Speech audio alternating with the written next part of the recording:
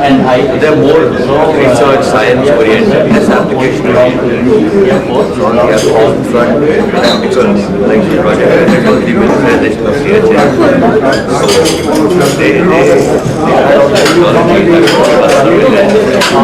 For joint monitoring or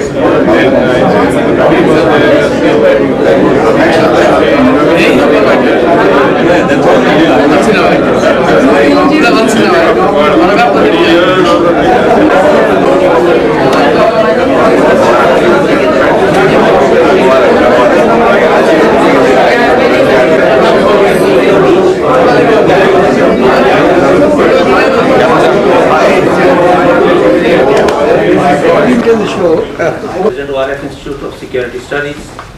Ladies and gentlemen, a very warm welcome to you all to the Observer Research Foundation, New Delhi. It's indeed a proud privilege to have the Marshal of the Air Force today, this morning, to release a book, a ORF publication, Asian Military and Strategic Perspective. What we plan to do is have a panel discussion, and we have a very esteemed panel with us. We're going to talk about the book, that is as we go along the proceedings of the function.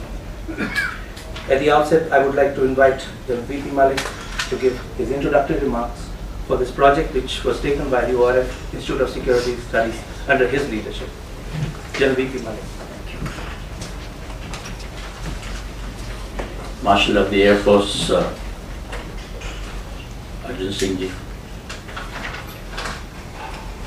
Ladies and gentlemen, first of all, I'd like to extend a very hearty welcome to all of you, and particularly to the Marshal of the Air Force for coming to this an important event as far as the ORF is concerned, and particularly the Institute of Security Studies is concerned. It's an important event because today we are releasing a book which is going to stay permanently with the institution, which will need to be updated every 2-3 years. So it's going to be something which continues with the Institute of Security Studies in the Observer Research Foundation.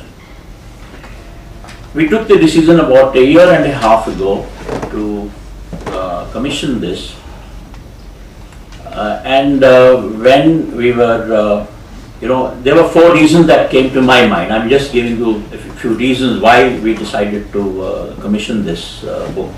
Asia's Asian Strategic and Military Review. First, of course, I think all of us know it's written all over that India's strategic thinking is not what it should be.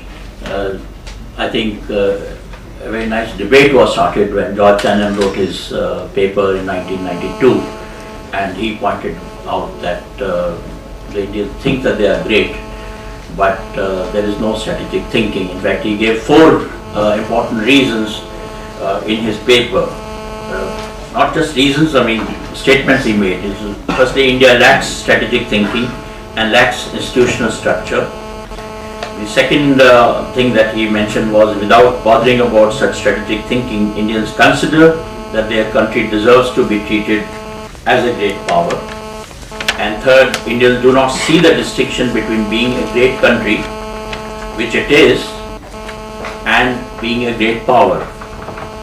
And lastly, Indians are insensitive to their immediate environment. So this first thing was all the time that we need to improve our awareness, public awareness on strategic and security related matters. Second thing that came to our mind was a rising India. And we all know that in about 20-25 years, India is going to be one of the 5 top economies of the world. It's been recognized everywhere else. And even before that, by about 2015, I think, India would be the 4th largest concentration of power in the world. And so it becomes important for us to engage people, more and more people, and to look after our national interests better in this widened horizon. And if we want to help the world to maintain peace, stability in it, then we have to know more about the world. So we felt that the rising India, it needs to broaden its strategic perspectives and awareness of what is happening.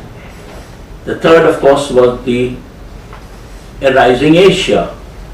A few years ago, I heard Henry Kissinger, and when he mentioned about 4 major events that were taking place in the world, one of the things, in fact, the first one he said was that now the center of gravity is shifting from Atlantic to Asia.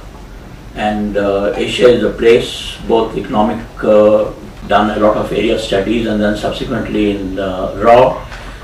So he had the background and he was keen to write, and so we thought that it's a very good occasion for us.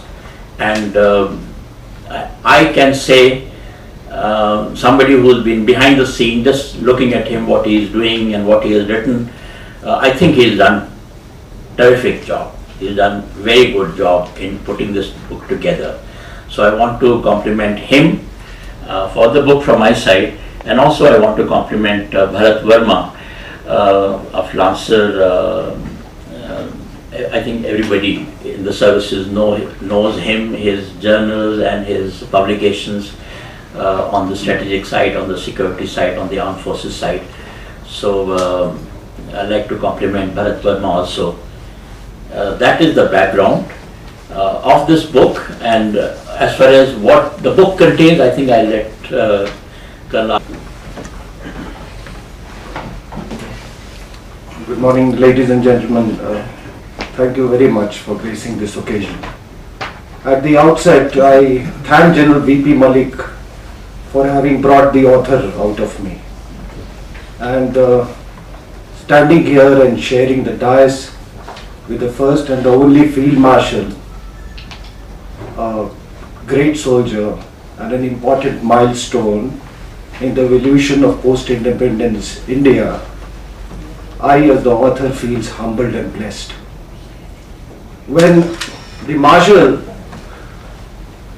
was the air chief in 1965 war, I had just started going to school.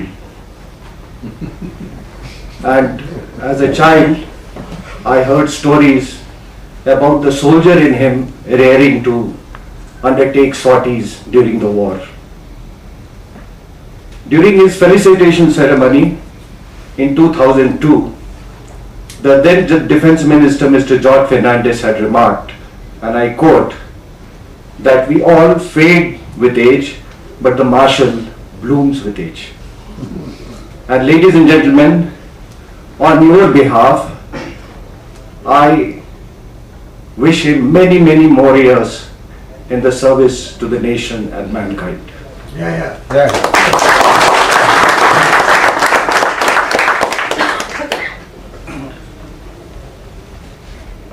When I started this book, I didn't know that book writing has so many domestic pitfalls. So I was subjected to constant prodding or nagging from my better half.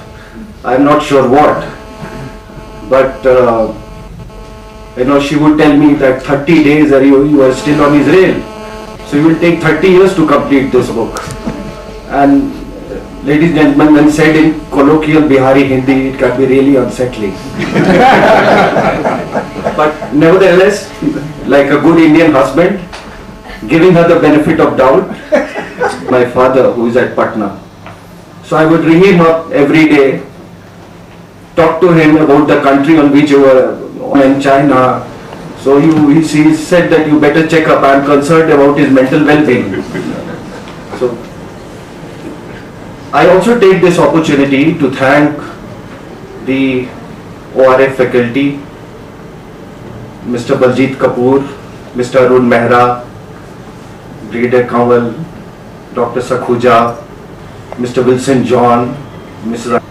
Dr. Sahu, and of course Mr. Vidyadharan, who has handled the press for today, and I think he had to wake up till late hours at night yesterday. I thank you very much all of you. Now what I have essentially done in this book is that I feel that every nation has some assets and vulnerabilities. And a successful nation is one which minimizes its vulnerabilities and maximizes its assets. And that contributes to the strategic posturing of a country. Defense as such should not be seen in isolation. It is the historical processes, the sociological processes, economy, everything contributes towards foreign policy posturing and defense posturing. Now, for any analyst, I'm talking out of my experience, that for any analyst I feel a sense of geography, a sense of history and a feel of geography is very important. So what I have tried to bring out in my book is that how these different things, history, geography, sociology, economics, they coalesce to determine the foreign policy and defense posturing of a country. This has been my attempt in the book. I have covered 32 countries, Asian countries, and their assets and vulnerabilities I have discussed under the headings of strategic importance and threat perception. These days, a very common refrain is that the reading habits are dying down and the attention span of a reader has decreased considerably. But you can't accuse me of writing a fat and a big book, because the nature of the subject was like that. And the reader has the privilege and luxury he can start from anywhere. He can read one country, he or she can read one country at a time. So please don't accuse me of writing a very fat book. That was not the intention. So ladies and gentlemen, once again, thank you very much. I am grateful to you for having graced this occasion. Thank you. Give some remarks and his experience of publishing this book with the Observer Research Foundation. Marshal of the Air Force, Arjan Singh, on a tank, and young subalterns on those days were supposed to be seen and not heard. Now I believe they are heard also, which is democracy. It's a good thing. And I told the CEO, I said, if I'm going to fight in Thar Desert, I need local literature. I need literature from Indians to say how this war will be conducted. What are our characteristics? What is the adversary's characteristics? And he had a very interesting observation over a glass of whiskey. He said, son, Indians neither read nor write. Forget it. So you read Rommel, you read Montgomery and give a lecture on desert warfare. So when I left army, that we need to know our neighbors.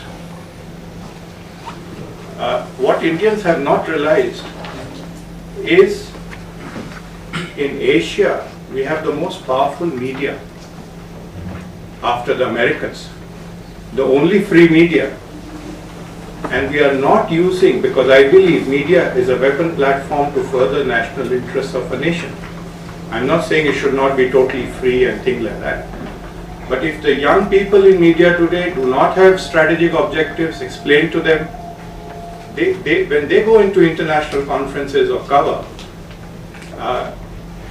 events done, is an enormous work that needs to be put into the armed forces, external affairs, into the embassies, for them to see the globe from New Delhi. And the cover on the map, which Anshu John liked very much, was designed by Admiral Hiranandani and the Admiral Srinivasan in the Hydrographic Office, Dehradun. It's a Navy copyright, which, sir, I hope you won't mind, but we are spreading the message. We have used on this book to show that we are not South Asia. We are so well placed. We are an Asian power. Please get this, kick this out. Somebody's put you in a cage and you want to live in that. You have to get out of these mentalities. And the younger generation is getting out. And therefore this book will do enormous lot of good. And I'm grateful to General Malik, Anshu John, who have worked with us on this book. And we are happy and satisfied that the book has come out well. And it's absolutely a proud moment for Observation Research Foundation to take up a project like this, and that we were part of it. Thank you very much. Although I know in this audience most people really know him so well that they need very little, but I think I need to emphasize a few points. You know, some people about him, some people are born to make history, and amongst those, most people, I think, start making history after quite some time, after a certain age. But Marshal of the Air Force, Arjan Singh, I think he started making history from the very beginning, from very young days. 20 years, he gets his commission in the Royal Indian Air Force,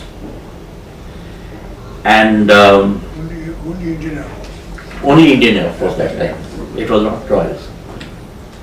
25 years old, he leads a squadron against Japanese in Arakan, and then in rest of the Burma campaign, and there he wins his decoration, Distinguished Flying Cross. 28 years, he heads the flight past over independent India, over Red Fort, leading 100 aircraft. At the age of 45, which is unbelievable today, he heads the Indian Air Force. He becomes the Chief of the Air Force on 1st August 1964. And event of 1965, he led the Air Force. I think it's today history. I mean, everybody knows how at a very short notice he accepted to lead the Air Force, and within a few hours the Air Force was effective over Akhnur sector in August 65. And after being Chief of the Air Force for 5 years, he retires at the age of 50 years. Incidentally, at the age of 50 years today, people become brigadiers.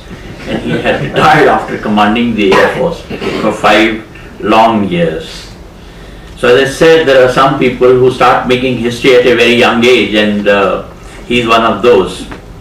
Well, after retirement, he's made contribution to India as ambassador to Switzerland, to the Vatican, and as High Commissioner to Kenya, and later on he became Lieutenant Governor of Delhi. And we are very proud that the Indian government made him Marshal of the Air Force in January 2002. You know, in my letter to him after he got he became Marshal, in that letter I wrote to him, I said congratulations and all, and then subsequently I said, as far as we are concerned, any 5-star person, general, admiral or marshal, he doesn't belong to one service, he belongs to all services. So whether it is Field Marshal or Marshal of the Air Force, or tomorrow we may have somebody who's the admiral in the Navy and all. But I think what is very important is that we all consider him that they are heading the 3 services and not just one service. And fortunately, in his position, he has been working in an integrated manner, and we are now integrating ourselves more and more. I hope one day CDS will also come. So I am introducing him as the Marshal, not just of the Air Force, but all the 3 services. Sir, your record of service, if I can use that word, the military language, is a great inspiration to all soldiers. It has been and it shall be. It will always remain. So we wish you all the best in your long years.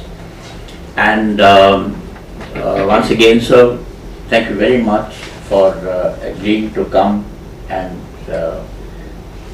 be the chief guest on this function.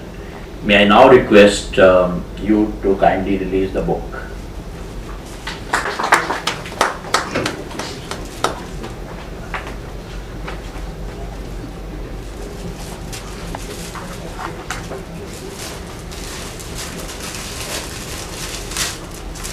Tear it.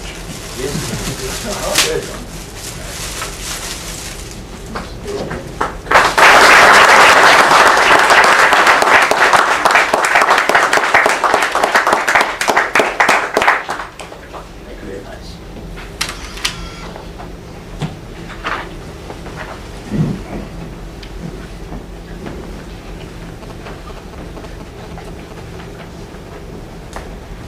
Maybe request you to say somebody like to stand up there. I would like to speak first.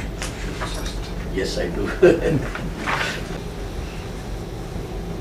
General VP Malik, President, the author, RSN Singh, the publisher, Bharat Verma, the panelists, General Kapoor, Dr. Manoj Joshi, and General Ashok Mehta. Of course, my colleagues and ladies and gentlemen. Well, first of all, I'd like to thank General VP Malik for asking you to this very important function with distinguished gathering. I also want to take the opportunity of congratulating the author for this very commendable job done in a short time. I questioned him when I saw him, and he said he took 1 year, and I couldn't believe it. Then I said, how long did you work every day? He said, oh, not very much, about 12 to 14 hours. You can well imagine, when I work for 2 hours and I get tired. And I think it's a good book, very comprehensive. It will be very useful, in my opinion, in the libraries and institutions. It contains a lot of information. And as General Malik mentioned, is updated every few years. Well,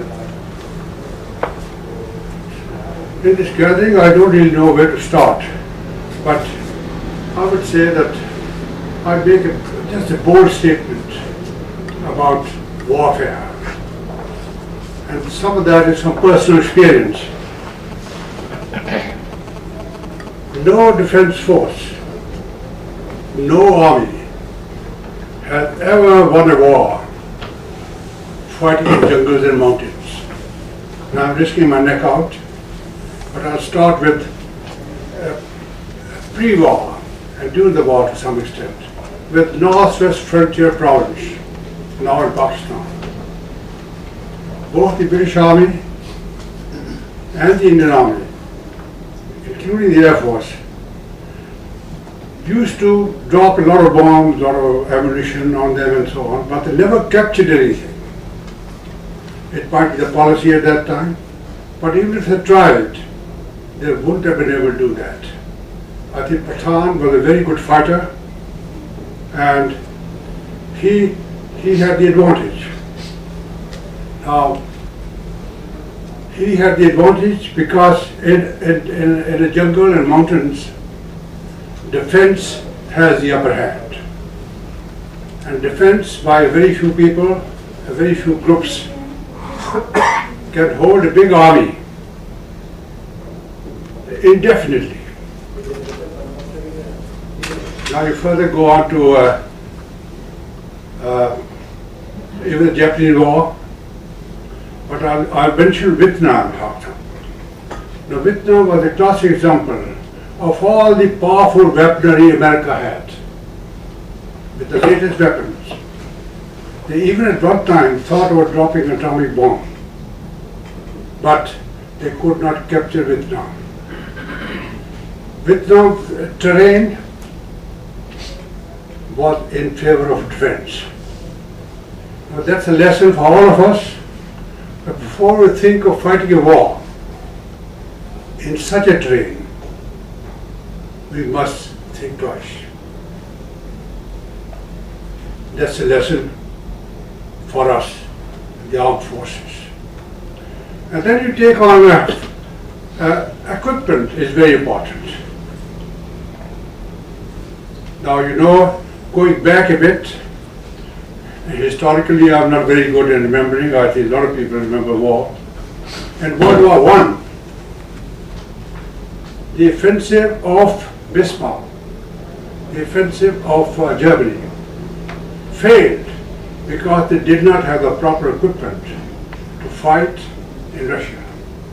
Incidentally, no country has ever conquered Russia because of weather conditions, terrain conditions favorable to them. And the same thing incidentally happens during World War II. As you know, Nazis did not even have the proper equipment. And in winter, the Soviets were so much superior to them. Ultimately, it was a stalemate. Another small example of Yugoslavia. Now that's where you know Yugoslavia fought against the Nazis throughout. And the Nazis, with all the power at their command, could not conquer Yugoslavia. Purely because the mountains and so on favored them. So that is a very important thing for us servicemen to think about before we start planning. Both of us, both the points. First of all, the terrain, the conditions on the ground, and also the equipment, the small equipment maybe, but that is very important. I belong to World War II really. I'm an antique in a way, and I mostly talk about, like all old people, I talk about the past. And I'm going to talk about the past, I think about a war against the Japanese. Of course, Japanese walked through a lot of countries before they came to India. And what was the word they used? I think Asian prosperity or something like that, and out of the Imphal. And that is where they actually failed, because the idea was to fight a war on the plan of capturing things and using them. That happened in Singapore. They thought the same thing will happen in, it had everything to do with India's submission. What happened, which I saw myself, what happened in Imphal? The main idea was to capture the Imphal Valley. And they came right to the mountains around it. They were unsuccessful because, as you say, they're coming down from the mountains and fighting in the plains, which I'm trying to emphasize. The plains have the advantage. And what is more, that to plan an operation on this basis, on this premise, is all wrong. He did not mind dying. He thought it's an honor to die. But he is helpless. Because the planners on top, and that is very important, that's where the generals come in, or the commanders come in. The planners on top were unaware of the conditions. They thought that they will capture everything, including food, clothing, ammunition, guns, etc., and fight with them and capture.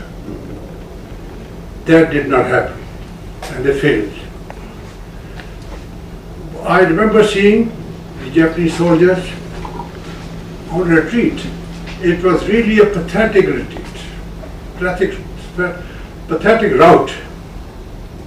They were so weakened, they were so short of medical supplies, and then when the Air Force, I remember, attacking them, they did not have the energy to even run away and hide. We could attack at leisure and did a lot of damage. And mind you, even that time, I felt sad. Because here they were brave soldiers fighting an unplanned war. And what is more, that they had no air support. We had all the advantages. Now that teaches one lesson, that first of all, there is no land-air battle now, or even then, or in World War II, even to some extent in World War I, should be planned without a giant sport. Every war has become land-air warfare. To keep the military up to date is extremely important. To have a strong military power is absolutely necessary. At the same time, I say that I realize that you cannot have a strong military power if you are not a strong economic power. That is very important. So they both go together. And I would say that now that both are really on the move upwards, our country has more respect. If you're a weak country, if you're a weak nation, you don't have a say and you don't have respect. Respect comes not by using the military power, but showing that you have it.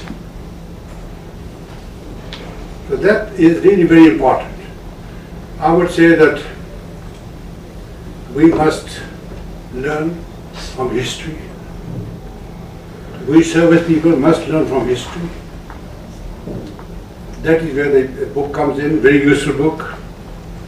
And I think that will help us and help the younger people sitting at the back in their planning, which will be down to earth, which will be more practical, and which will be more successful. One must not forget history. If you do, you will suffer the same way. Thank you very much.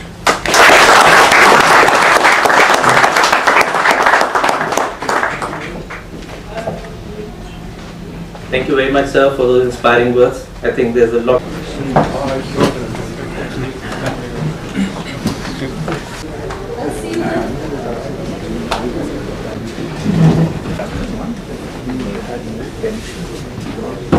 The book was finally brought out in this form.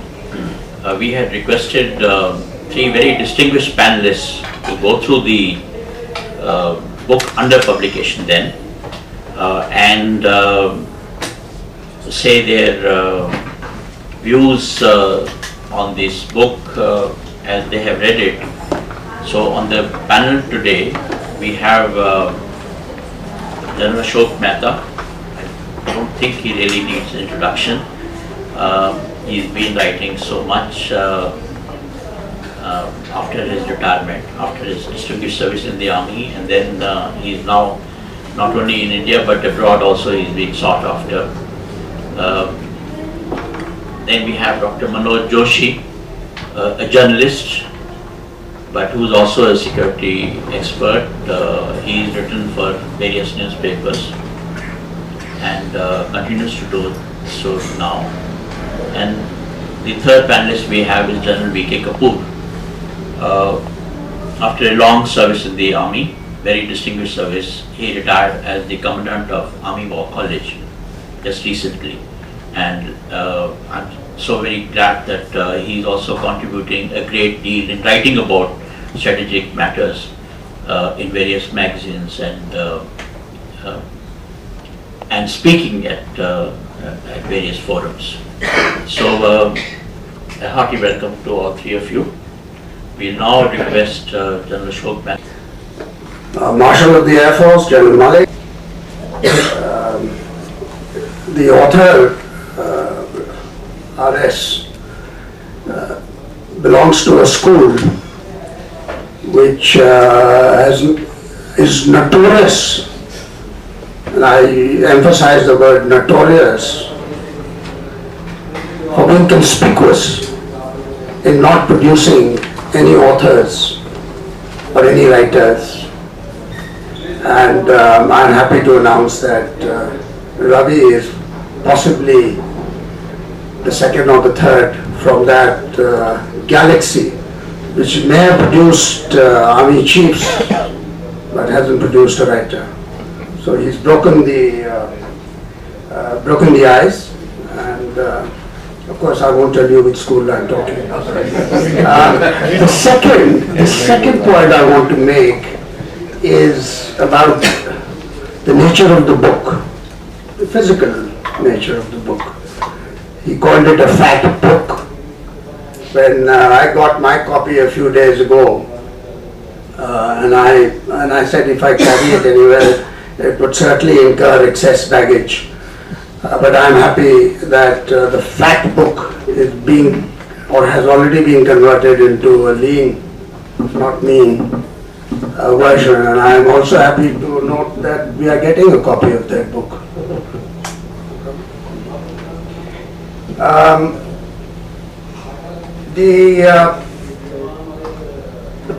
The general point I want to make is about what Ved Malik said about power. You know, we may be a great country, but we don't realize, and he was at that time on the Nepal desk in the military intelligence, that we would exchange many useful notes. And I'm glad that say 15 or 20 years on, he has been able to produce not something on Nepal, but at least 25 other countries. Now, as Ravi is a very good friend, and as I also do some work for the ORF, I'm going to make a few suggestions that will improve the quality of this book. First, I would suggest that for no other reason, that at least Maldives should be included in this, because Maldives is a potential flashpoint. It's in our neighborhood, it's part of SAARC, and there are a number of other reasons. The fact that it has only 200,000 or 300,000 people is not the important point, but it's a strategic location, and the fact that it is a potential flashpoint, and we have seen at least 3 previous attempts at power being or attempted to be seized on that in that place. The other suggestion I want to make, and of course you can add 1 or 2 other countries, but I particularly felt when I went through the inventory that he had, that Maldives needs to be included. Then I would also recommend that in the next version you include a statement or a policy statement on Asian security, the framework for Asian security, and look at the regional security organizations, for example, the fellow panelists and ladies and gentlemen.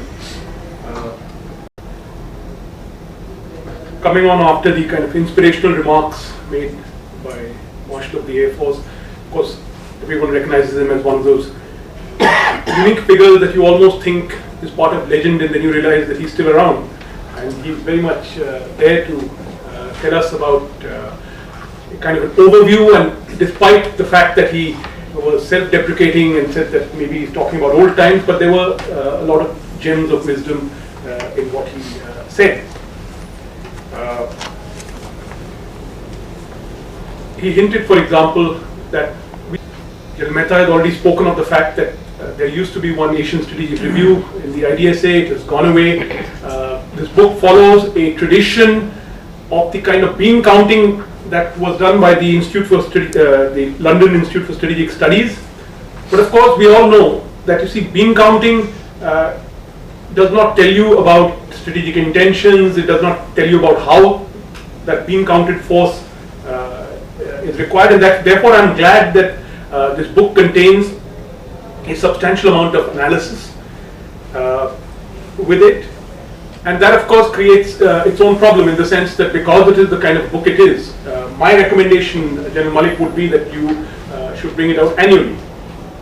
Because I think that if this is the kind of analytical framework that you are going to follow, I think that would be advisable. Certainly the one part I would recommend to the writer is that there should be a certain standardization of the categories that are used in the analysis right through, so that therefore I know exactly that the same categories are used for almost every country. I looked at, for example, in the case of Pakistan, and I didn't see the kind of chain of command, in the sense that what is the higher command system in Pakistan. And you know, when everyone asks what is the higher command system, so the Pakistan Army has been wrestling with this idea of this National Security Council, which is trying to ram down the throat of the civilian system. On the other hand, the real higher command system of the Pakistan Army, we all know, is the Corps Commanders Conference. Meaning General Musharraf is not the supreme leader, meaning he is the chairman of the board, and the board comprises of the Corps Commanders in Pakistan. Therefore, you see those kind of meetings every time Musharraf has difficulties, or he's coming to India, or he's leaving India, just like our Prime Minister calls the Cabinet Committee on Security, General Musharraf calls the Corps Commanders Conference. They are his real, that's his Cabinet Committee on Security. So, now looking again at this book, this is something which I have recommended earlier when I once did a review of Jasjeet's Asian Strategic Review. Once we get in, even in this important bean counting, when I said that cannot tell you about many things, but bean counting is nevertheless necessary. As anyone who deals with military intelligence or analysis, why do you need kind of order of battle information? It has a certain value in military, a certain military value to it. But what I would suggest is that maybe we should start thinking of gathering this information in-house, in the sense that we are often dependent on Western sources even for this information.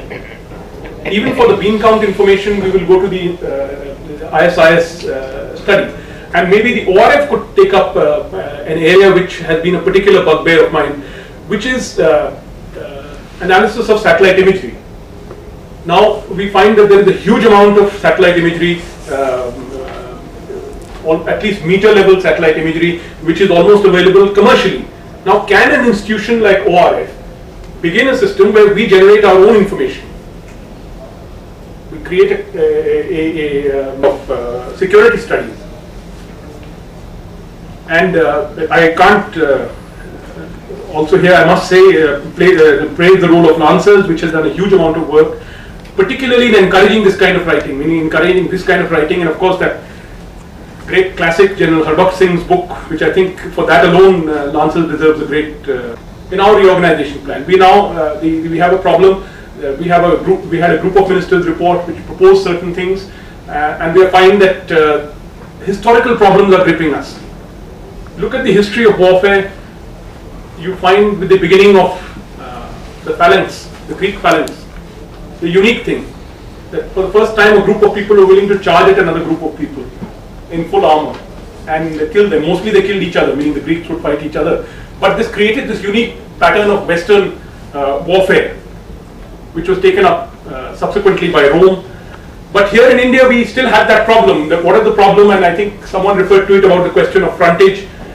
We were unable, the traditional Indian battle, you'd have an army of 100,000, but at the forward edge of the battle, you couldn't get more than 1,000 people confronting the other fellow, and they would be hit on the flanks, and that would be at the end of the battle.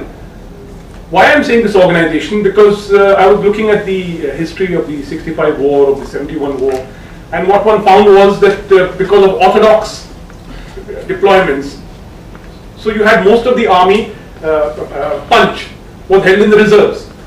So every division had one brigade in reserve, every brigade had one battalion in reserve, and this went down. So the point really what I'm trying to get at is that, and this was brought out in the GOM report and subsequently, was that in terms of organization, doctrine and tactics, this country,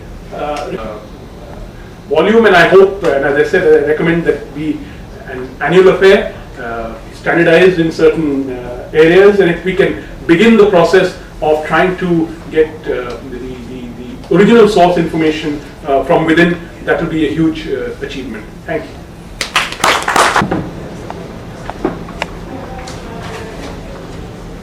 Marshal of the Air Force, General Malik, fellow panelists and distinguished guests.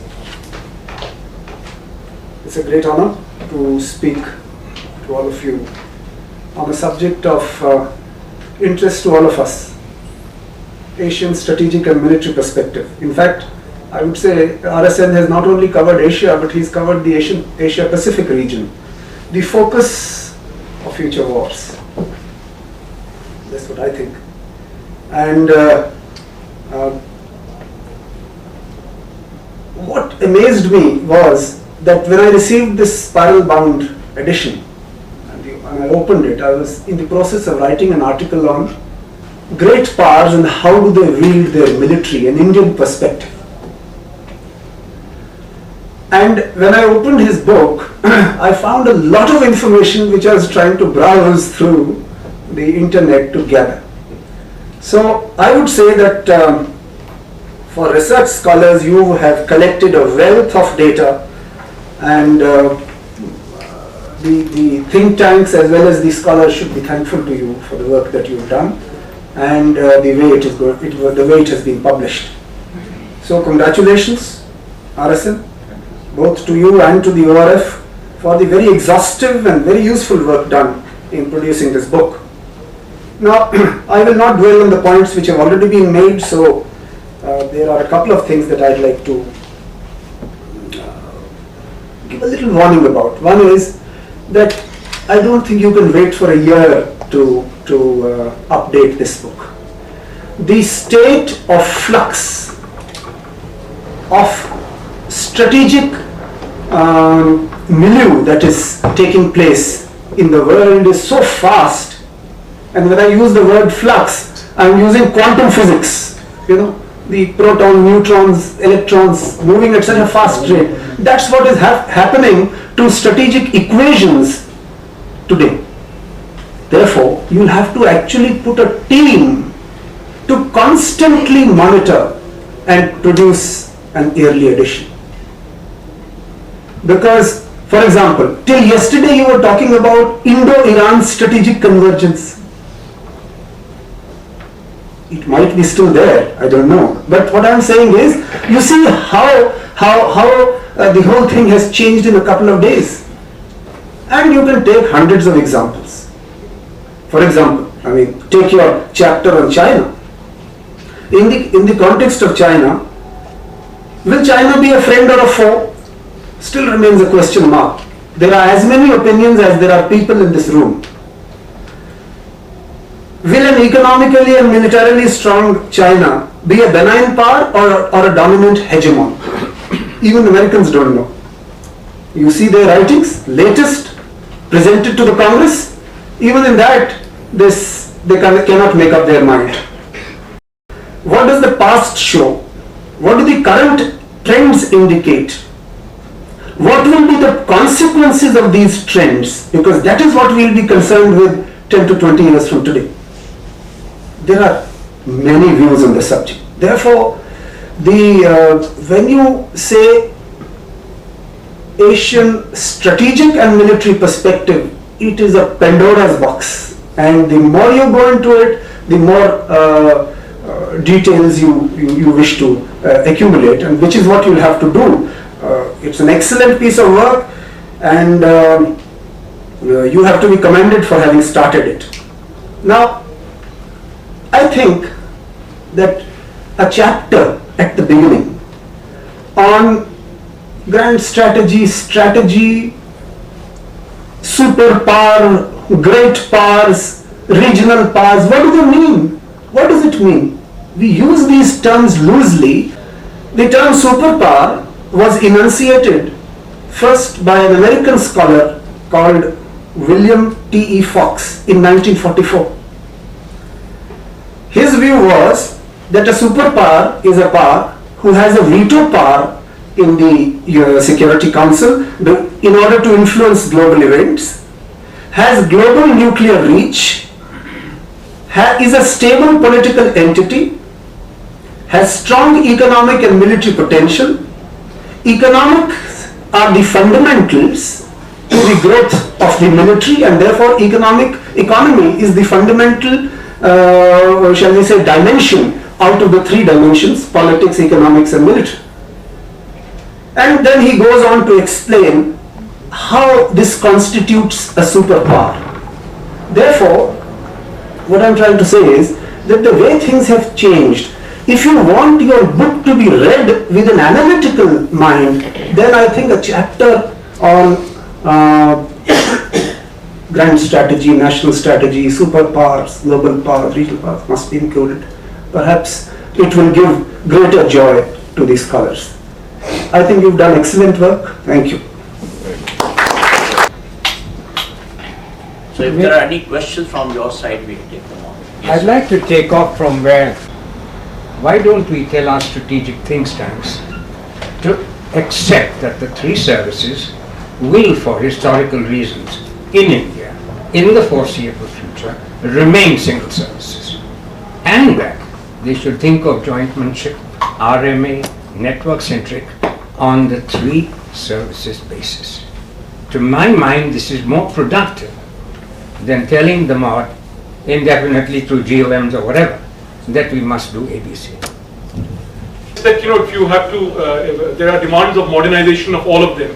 Of course, your suggestion is well taken, because I think the procedure that can be followed is, we've started with the Andaman Nicobar Command. We can select, like the United States has selected the Atlantic Command, we can select another command and say that let's start this procedure here. The point is, you're right, we need not do it with a kind of a hammer, we can do it in a kind of a more insidious fashion. But this requires a certain change in mindsets, and I think the problem is everything is, it's not just the three services which are disaggregated. The three services are disaggregated from the Ministry of Defence.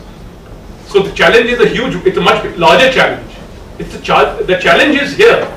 The challenge is of people working with each other, meaning everyone feels that they are against each other, meaning their job is to contend with the others. Those which are important to India, which are current, and also larger picture in Asia, for example, the Northeast Asian security situation. But we thought that we would be falling between two stools by trying to combine both. And also the length of the book would go up to unmanageable levels. So it was the conscious decision at that stage to have left these out and to have gone on the route that we have taken finally to deal with each country as an individual country, rather than trying to link them up into groupings, regional groupings with their respective strategic perspectives. Thank you, Gurmeet. But that Targeted to the uninitiated. I said this book is working. Take this. Initiated community. So level that it is intelligible to both the uninitiated community as well as the experts. And I take these suggestions. I know, I mean, during the course of writing what is the book was overtaken by events, and I did discuss it with my publisher, but he said that in a book like this you have to draw a line somewhere. But nevertheless, the permanent stakes, the permanent geostrategic states, the unalterable geographical factors, I mean, those have been brought out. And importantly, I have tried to bring out as to why a country behaves the way it does. So that has been my effort. Thank you. Most of us have our thoughts on the organizations of yesterday to integrate today and for tomorrow. I'm afraid that's not going to be the way our organizations, we'll have to change our organizations, because technology will give you the type of fusion that you require. Just to give you an example, now the commander of a division doesn't have to be with the leading battalions. But don't ever forget that command also requires human relationship. So with all the technology at your disposal, it doesn't mean that you're going to command people from one place in Delhi or somewhere. So it has to be a combination of both. Your personality must be projected along with all the gadgetry that you have got to add to that. So, while the gun is always important, but the man behind the gun, the intellect, the personality, the leadership, that shall, I feel, will always remain more important. So I just didn't want your remarks to be misunderstood. So that's why I thought I would like to add on that what you said. Ashok, you want to say something? Yeah, I'm taking a commercial break and taking off from where what Ravi was saying, that I think one very laudable objective of this book is for the uninitiated, and the commercial break comes now. You will be happy to know, some of you may know this, that we have started on DD News since the last 4 months now, twice a month, yes, twice a month, on every alternate Sunday and repeated on Wednesday, 10:30 at night and 3:30 in the afternoon, a program which may not be appropriately titled, but it's called Defense Watch. And the objective of that program is to inform the lay public. And we spend... The panelist, General Ashok Mehta, Dr. Joshi, who is left, he had to go for some other engagement, and General VP Singh. Thank you very much for taking all the trouble of going through the book and then being able to discuss that with the audience. And thank you very much, everyone in the audience. For the vote of thanks, I think I'll leave it to Vijay Sapuja. Vijay, over to you. Thank you. Marshal of the Air Force, esteemed panelists, ladies and gentlemen, it's been a rare honor for us at the ORF to have you here this afternoon. I'm sure you've all enjoyed this particular discussion we had on RSN's book. On behalf of General VP Malik, President of ORF Institute of Security Studies, I would like to thank you for having come over here and grace the occasion. Before I announce the lunch, I have something from the publisher. It says the book is available at 50% discount, and he calls it the early bird discount. It's up for sale in the lobby. You may like to have a look at it and place your order. The lunch is served in the lounge.